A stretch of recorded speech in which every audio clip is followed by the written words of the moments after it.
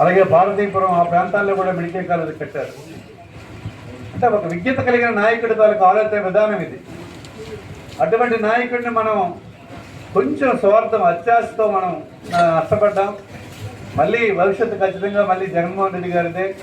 ఈ రాష్ట్రంలో ఎప్పుడు ఎన్నికలు జరిగినా మళ్ళీ ఈ రాష్ట్రానికి ముఖ్యమంత్రిగా జగన్మోహన్ రెడ్డి ఎన్నికవుతారు. ఇందులో ఏం సందేహం లేదు.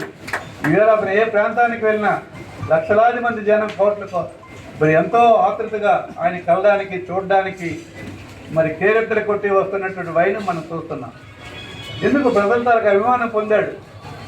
మరి మన పార్టీతో మన జరిగిన ఎన్నికల్లో కూడా మనకి చంద్రబాబుకి మనకే ఎన్నిక జరగలే. వాళ్ళన్ని పార్టీలు కలిసి కూటమి ప్రభుత్వం మరి జనసేన, తెలుగుదేశం, బీజేపీ ఇతర పక్షాలు కలుపుకొని వాళ్ళు మన మీద ఎన్నికలు వచ్చారు. మనం ఒక్కరంటే ఒక్కలే, జగన్మోహన్ రెడ్డి గారు ఒక్కరే పోటీ చేసి 40% ఓట్లు మనం తెచ్చుకున్నటువంటి పరిస్థితి. ఇదంతా ఒక సమర్థవంతమైన నాయకుడి తాలూకు పాలనా విధానం. రాజకీయాలు పదవులు అన్నవి శాశ్వతం కాదు. మనకు అధికారం వచ్చిన తర్వాత పేదవాడికి అన్నింటి అండగా ఉండాల్సిన బాధ్యత ప్రభుత్వానిది అన్నటువంటి లక్ష్మణ నాయకుడు జగన్మోహన్ రెడ్డి గారు.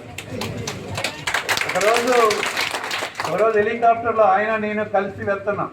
సక్కెళ్ళపాడు జగయ్యపేట మండలం వెళ్తున్నప్పుడు జగన్మోహన్ రెడ్డి గారు నన్ను అడిగారు, అసలు 6 వేలు అన్నాడు. అంటే అంత బాగుందా రాష్ట్రంలో అని. బాగుంది కానీ అన్నాను నేను. కానీ ఏంది చెప్పు ఏమైంది అన్నాడు. అంటే అన్న, మీకు జగన్మోహన్ రెడ్డి గారికి చంద్రబాబు నాయుడికి ఎన్నిక జరగదు. ఎన్నిక ప్రజల నుంచి మనం ఎన్నిక అవ్వాలి. మరి మీరు అనేక కార్యక్రమాలు చేస్తున్నారు. ఈ కార్యక్రమాలు మా నాయకుల ద్వారా కార్యకర్తల ద్వారా ప్రజలకు అందితే ఖచ్చితంగా మనమే గెలుస్తాం. మరి మీ డైరెక్ట్గా ఎన్నిక జరిగితే ప్రజలందరూ మీకు ఓటేస్తారు. మాకు మీ గెలాలంటే నాయకులు బలంగా ఉండాలి, గ్రామాల్లో కార్యకర్తలు బలంగా ఉండాలి. వారు చెప్పినట్టుగా ఓట్లు విధానం పడితే ఖచ్చితంగా పట్టుదల బట్టి మనకి గెలిపించే పరిస్థితి ఉంటుంది. మీ పట్ల ప్రతి ఒక్కరికి గౌరవం ఉంది.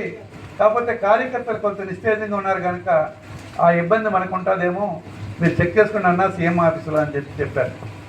చెప్తే పేద కార్యకర్తల మీద, పేద ప్రజల మీద కక్ష తెచ్చుకుంటావా అన్నాడు. అంటే మనం నాయకుడు అయిన తర్వాత ప్రజలందరికీ నాయకులమే. తెలుగుదేశం పేదలకు మనం కాపాడమా?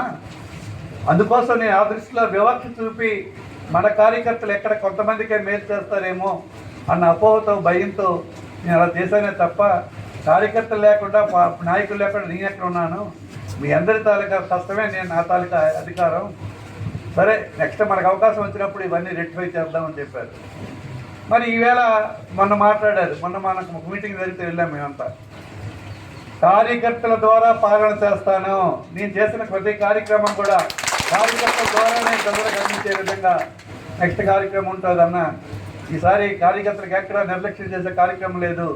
ప్రతి కార్యకర్తకు ఒక ఐడెంటిటీ కార్డు ఇస్తాను. కమిటీలు వేయాలి.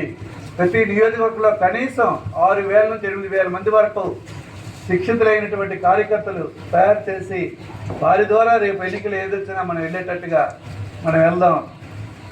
అన్ని సంఘాల్లో అన్ని నియామకం చేయండి. ప్రతి కమిటీని వేయండి గ్రామాల్లో. మరి మన కార్యకర్తలందరినీ యాక్టివేట్ చేయండి అని చెప్పారు. అందులో భాగమే ఈవేళ కార్యకర్తల కమిటీలు వేసాం. కమిటీల ద్వారా ఈ 1 కోటి సంతకాలు గ్రామాల్లో సేకరించి ఇవన్నీ కూడా ఇక్కడి నుంచి శ్రీకాకుళం జిల్లా ఆఫీస్కి వస్తాయి. జిల్లా ఆఫీస్ నుంచి